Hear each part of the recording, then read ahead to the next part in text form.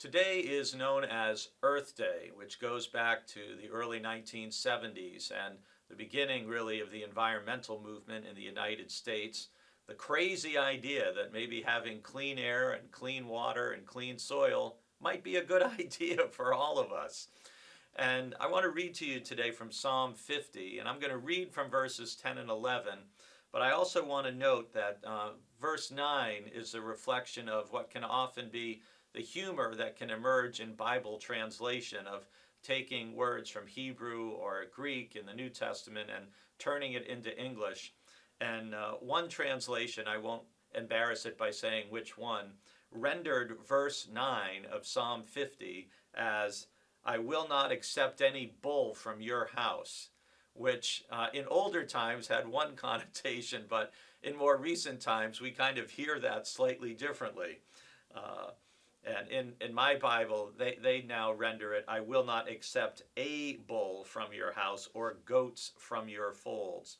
But our verses for today, as we think about Earth Day, are Psalm 50, verses 10 and 11, where God says, "For every wild animal of the forest is mine, the cattle on 1,000 hills.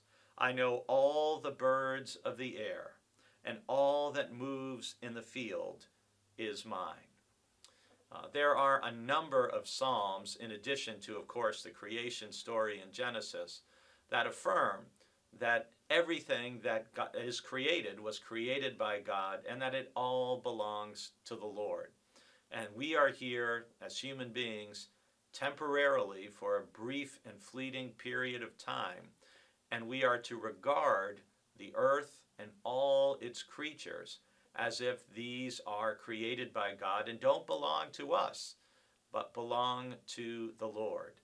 And if we truly have this biblical understanding of creation and all created life, it really does change how we view the world and how we use our resources. And here at BBC, one of the things we are working on, and Ben Gregson, who's a member of our leadership council, is really leading this effort, is we want to make sure that our building is as energy efficient as possible. And Ben and Tom Sweda, our facilities manager and able camera person, are working hard to make sure that we're doing that, and everything from our lighting to making sure that our sprinkler system doesn't go off when it's raining out and we don't need to water the lawn because God's already taking care of it, and goodness knows we've had plenty of water on the lawn this spring.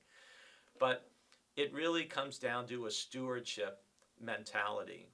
One of the things, when Jill and I have had the blessing of traveling to the United Kingdom, both in England and Scotland, we've seen some beautiful gardens. And you know that beautiful gardens don't happen by accident. They happen as a result of great care and effort, just like our meditation garden here at BBC, which so many volunteers are so devoted in caring for. And in the same way that we have that devotion and care for a garden, Psalm 50 invites us to have that attitude towards all that God has made, because as the Lord says, "It is mine."